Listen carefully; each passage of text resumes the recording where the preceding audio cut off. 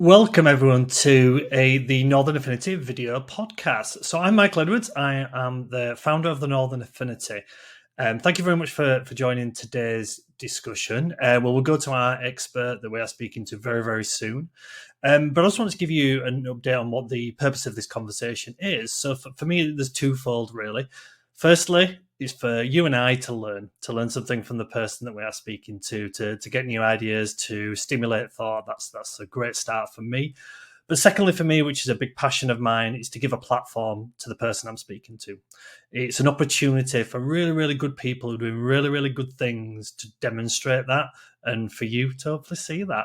So, and they're the kind of overall, all our contributors are these type of people, are small business owners, people are doing things for good. So please, if you could follow and subscribe, whether you're watching this as a video on YouTube or you're listening via your various podcast platforms, please do subscribe. Listen to our other contributors. There's been some fantastic discussions we've had in the past, and I'm sure we will have in the future. So thank you very much. I'm delighted to say now the video podcast is sponsored by Leeds Beckett University and their Help to Grow management training program. If you have a business, an SME that has between 5 and 250 employees, and you're looking at something to help you and your business grow, I would advise looking at this. It's 90% funded. It's a fantastic opportunity for so many people. The program's open now, so please do check it out, and I'll put all the details in the show notes. Enjoy the discussion. So welcome to the latest edition of the podcast. For those who are on video, you can see we're actually in person today, which is quite unusual. So I'm delighted to say I'm joined by Jodie, so thank you for joining us. Yeah, thank you for having me. So today we're actually recording it from one of the Clockwise offices that many people know we use for lots of our events. So we're trying this in person, see how this goes. And you will have seen that we're talking today about motivation. But before we get on to that, Jodie, can you introduce yourself? Tell us who you are, what you do, what you're about, and then we can go from there. Yeah, so I'm Jodie and I run Gate Jobs, which is a new company that is a rural job platform. So I grew up in deepest, darkest Yorkshire Dales and sort of recognised there was a bit of an issue with businesses trying to find great people to work for them, and also as a job seeker in those areas it's quite tricky. So trying to address that problem with our platform, but also trying to support rural businesses with the platform as well. So obviously startups and any businesses face their own challenges, and then rural ones have challenges of their own. So yeah, trying to tackle some of those with Gate as well. Excellent, thank you. So obviously today's subject, as we said, is we're talking about motivation. I think it's a really interesting subject area. I think it's, obviously a lot of our audience, small business owners, and I think probably the outside perception, someone who's never run the business, is that probably the people who run their own business are the most motivated because they've done it for a reason. And I think the reality of it is actually you can go through periods where you're not at all. It kind of, I know I've been there myself. Almost you can start beating yourself up a bit about that because you feel like you should be. So I think that's what makes this such an interesting conversation. But before we get to that and the details of it, what is motivation? Yeah, so for me, obviously motivation applies to so many different areas of our lives. But for me, it's the sort of get up and go, the momentum and drive that keeps you sort of progressing towards whatever goal it is. And my background I came from a sporting background and then moved into doing personal training. So I sort of experienced motivation from different angles and sort of the different approaches to it, whether that's sports psychology or looking at behaviour and eating patterns and what is it that motivates people. And now looking at it in the business world, and as a small business owner myself, who some days I feel like you can take on the world, and then other days you think, what on earth am I doing? I find it such an interesting subject, and how it has a lot of bits that are transferable from the sports and 100%. Exercise and the business. It's all about our own behaviour, isn't it? Interesting you said sports there, because I think many people know me. I've said this a lot around. I think business can learn a lot from the sporting world. Now, there's obviously one of the things is lots of money going, especially in certain sports where it's around psychology and and all sorts of different things. And I think there's a lot we could learn from that. And I think people have started to do that, haven't they? And I think using the personal training there's certain people, I'm sure everyone knows people who love going to the gym, go pretty much every day, enjoy it. It's part of what they do. And then there's other people who are the exact opposite end of that. And then some people in the middle, obviously. And it's kind of why are certain people more motivated than others? Yeah, exactly. And I guess that applies for us all in business. Is it just because you're doing something you enjoy or you love?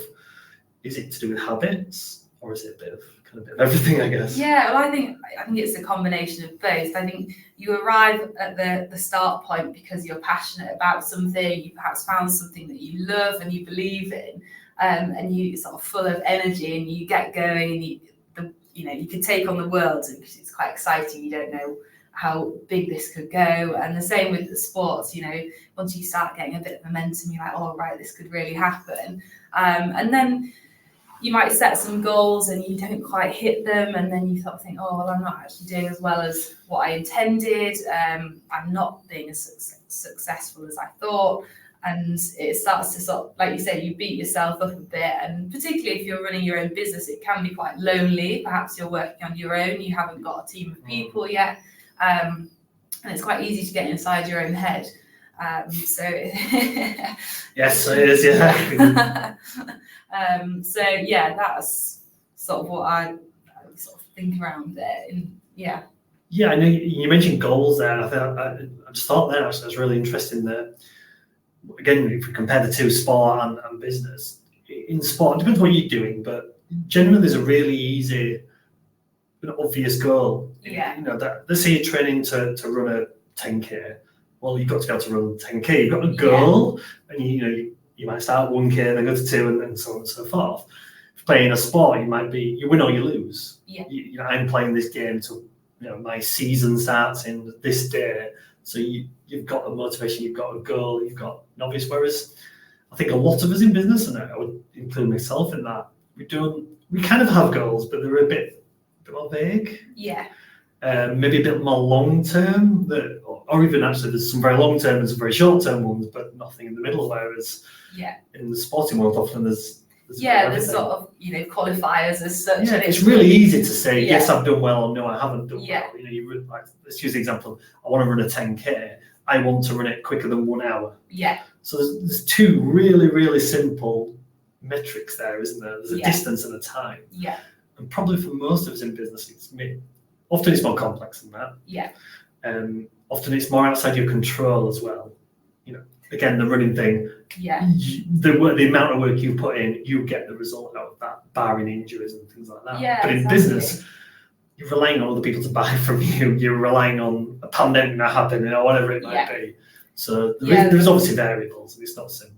There's a lot of factors that aren't quite as in your control, and also, I suppose when I was starting my last business, there was a lot of talk around what are your SMART goals and how you can measure them. And you think, oh yeah, okay, I can put these down on paper. These are my goals.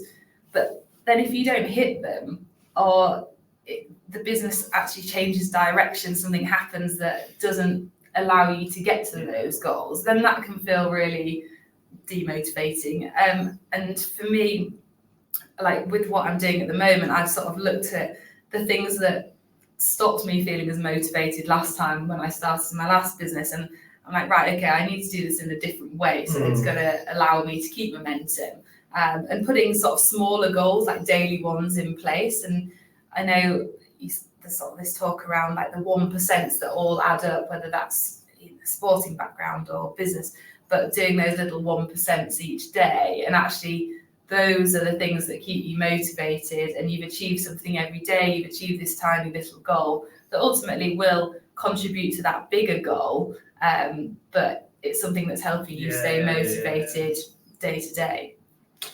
Absolutely. And like I said, I think motivation is a strange thing, because I think most people want to be motivated. When it comes to business, most people want to be motivated. I want to work well. But for some reason, there's something holding them back. Be interesting to know your thoughts on that. Yeah, well, I think obviously if you're quite a driven person, you can often be very critical as well. and that sort of internal conversation that you have with yourself can be your biggest cheerleader, but it can also be sort of your biggest holdback as well. So if you are quite goal driven, then having these like little measurable bits are what's going to sort of keep the internal conversation as a positive one rather than a negative one. And also, like for me, I knew, again, going back to sporting background, whatever level I was at, I always had a coach. And I know that, Olympic athletes, they all have their coaches. So for me, is when I left the sporting world, I sort of thought, well, actually, no, I want a coach for the rest of my life and to help me get the best from myself with that. And it gives you a bit of accountability, because if you're on your own, you can kind of like, oh, I'm going to do this week. And then you think, oh, actually, I didn't quite manage, but never mind, no one's going to know. But having someone there to sort of check in with, but also someone to have these rational conversations with that help keep you in the right headspace and that understand you, can be really beneficial. And I think a lot of people think, oh yeah, people, I've got a coach. You're like, oh, right, okay, whatever. But for me, I just look at it as like, if I can get the best out of myself from a sporting perspective and go to a European Championships and know that I am doing my best, if I can do that in my own life with any other aspect or with my business, then what can you achieve? That would be amazing. Absolutely. And I think there's another interesting thing I've just kind of come across there, I think, is generally when it's sport, the achievement is the goal. It's the winning the race, winning the match, whatever it might be, which is fine. Often in business, achievement is actually linked to financial gain, isn't it? So you get your business to a point of whether you're selling it or you're earning money from it, whatever it might be. Yeah.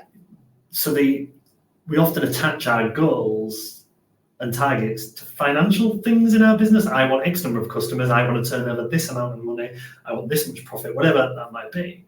Whereas, as I touched on earlier, in sporting environments, it's different, isn't it? Yeah. Often, the fact if you are very successful in those, in certain sports, then the finances will come. That's fine. But, if you Premier League footballers, I would imagine when they're thinking about their goals, it's literally how many goals I will score in a season, or which team, what level I'm playing at. Yeah. No, and then the financial rewards come from that. And I wonder if there's something in actually what goals you set and what you're trying to achieve, not being financial driven, is actually would be a lot more beneficial. Does that make sense? Yeah, I know I'm kind of rambling a bit there, but like going back to how much control you have over those goals, it might be that you can't quite control in the early stages of a business how much revenue you're generating. But I was saying to you before we started this, my goal at the moment with Gate is to contact 15 new businesses every day. Yeah. And then by the end of the week, I know that's 100 more people that know about Gate. And hopefully at some point that will generate revenue, ideally. But I know that I can control that. And I've achieved something with my week and it's measurable. And I think, this is contributing to the bigger picture. It's another little 1% that adds up. And, by sort of laws of putting this effort in, like the 10,000 hour rule, if you're putting that time in, there's going to be an inevitable gain from it. And that's the focusing on the process rather than the result, isn't it? And with the idea that the result will take care of itself. And weirdly enough, I'm recording this in mid-July, and there was a cricket Ashes Test match that finished yesterday, and I was listening to talk afterwards, and they were all talking about focusing on the process of what they were trying to achieve, and the win essentially would take care of itself. And is that something maybe? And I've not thought about this before. I know I don't do that in my business, and maybe is that what is the thing that's holding back that real levels of motivation? Because your goal is, rather than the win, it's the thing that you've kind of said. Because that's the thing that there's every athlete that goes to the Olympics wants to win gold. They all have the same goal. So that's that.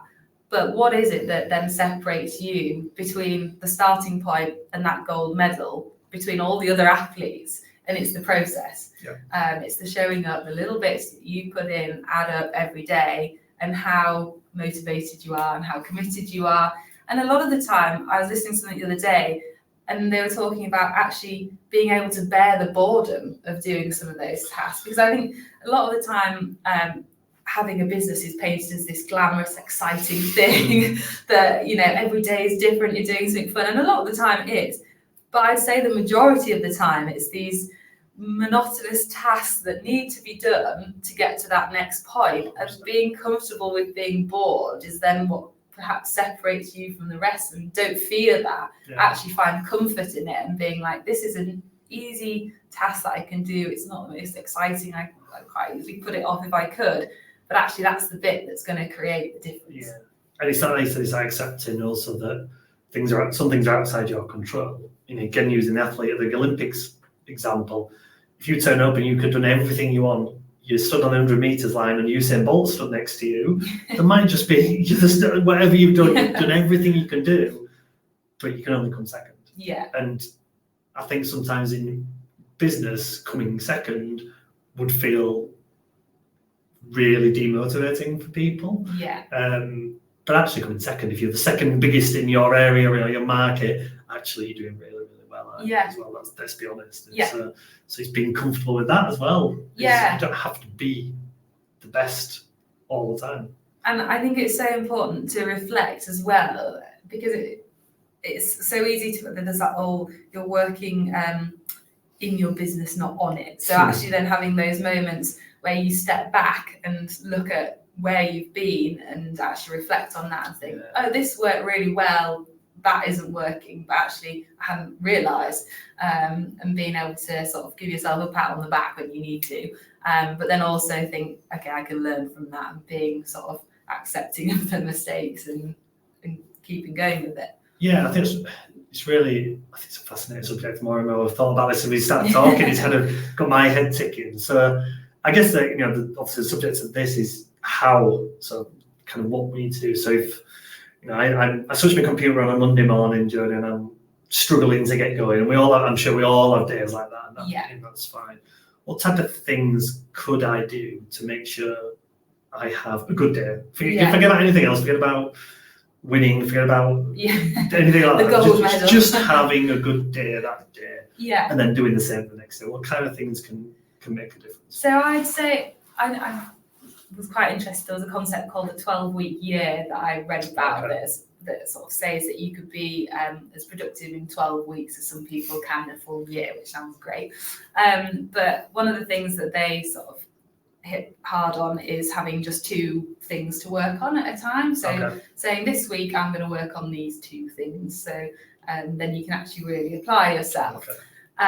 So I'd say not overfacing yourself with your goals that week, because if you have a really big list of things and you're kind of like, oh, well, there's so much to do, I'm actually probably not going to do any particularly well, but being able to say, right, I've done these 2. So highlighting something that's really important, 2 things that you want to work on. And then for me, having an easy daily tickable goal to get momentum. So I can literally turn my laptop on and I can start contacting those 15 businesses, and then by half an hour into my work I'm like, oh, I've already achieved something today. Like that is so useful for me. So I think having that is sort of quite crucial, and just knowing that those are the little, again, the 1% there. And I think that's, you kind of touched on the bit there, overwhelm essentially. You know, that is demotivating. I know I have some days where I look at my task list and there's 45 different things I've got to do on there, and maybe it's probably got in the head a little bit with it, but you kind of feel like, actually, I'm going to get less done today. If I had 7 things on that list, I'll probably get more done than if I've got, like I said, 45 on that list or something, which is, it shouldn't be really, but it is, isn't it? And I think, is there something about, this is very much my own experience actually, rather than separating my tasks as individual things, almost grouping them up to create less, but actually spending more time focusing on that. So I'll use an example within the Northern Affinity because it's probably easiest to explain. We all do all these different types of events. And I might have in my to-do list on any given day, do this for the Manchester event, do this for the Leeds event, do this for the York event. Rather than having something in my thing that says, look after their events, and and then within that, I don't know, bullet points. And you just, when I turn it on the computer in the morning, I'll go to my to-do list, rather than, like I said, 45, I might have 7. There's something in that.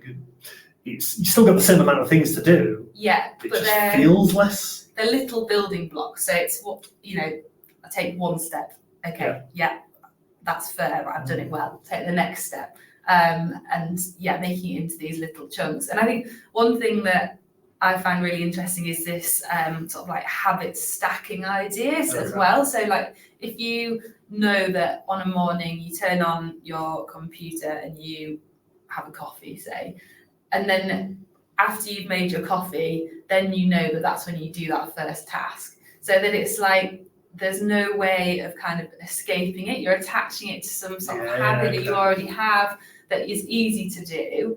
And then you're attaching this other easy thing. And then it all starts to sort of flow and you create these blocks, these steps that guide you through your day and make it feel quite achievable. Yeah, and habits, I think. Yeah. I think that's such a big part of it, isn't it? And again, we'll go back to the kind of the physical exercise thing. Yeah. If you're used to, you just go to the gym every single day. It's just easier to go. That for that person who's like that, it's easier. Yeah. I guess it's the same in business, but is there anything ways you can think of for people to create new habits? Because I think most people know that habits are, on the whole, good and bad habits, but creating good habits is important.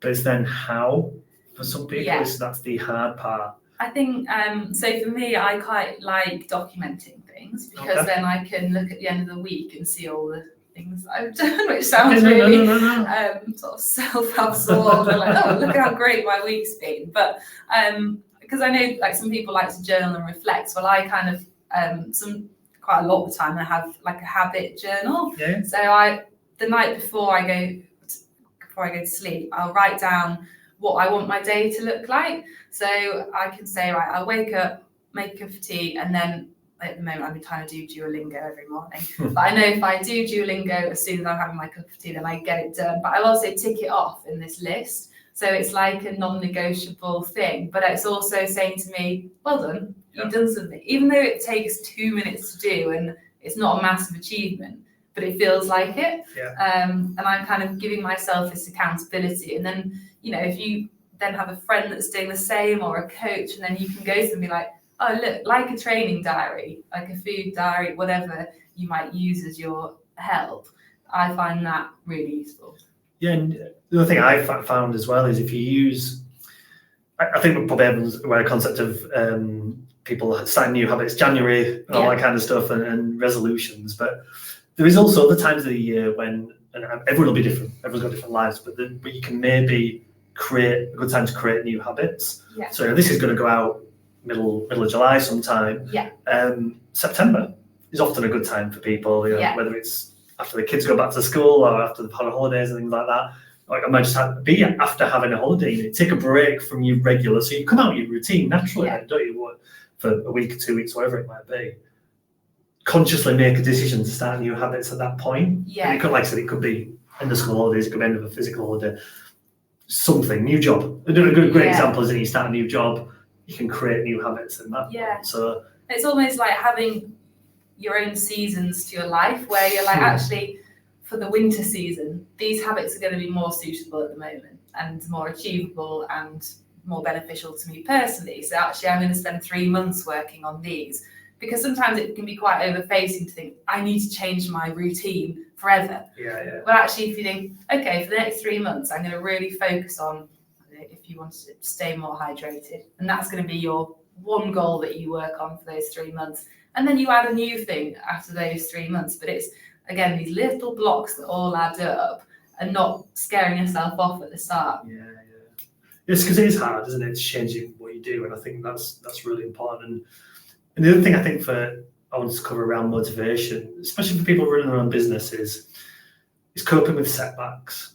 Because anybody running their own business, you're going to have setbacks. That's just the nature of it. And when I was at an event last week and someone said this, there's barely a day go by where they don't think, oh my God, why don't I just go get a normal job? It would be easier. And I think anyone from the business has probably been through that. Hopefully as you go through it over time, you end up thinking about it slightly less sometimes. Yeah. I think coping with setbacks and motivation is so well linked. So is there anything you kind of advise for people? You're having one of those bad days, you've lost a big customer or you didn't win that deal or whatever it might be. Yeah. kind of how do you cope with that to ensure you stay motivated? For me, I think a lot of business owners who run their own company on their own is to speak to somebody else, and because like you run your networking groups and you know that actually when you find common ground with someone, actually they probably had the same issue, they're having setbacks of their own, you're not on your own, and you're not just doing the worst in the world out of everybody and everyone's doing really well, even though LinkedIn may say that everyone's winning gold medals or whatever.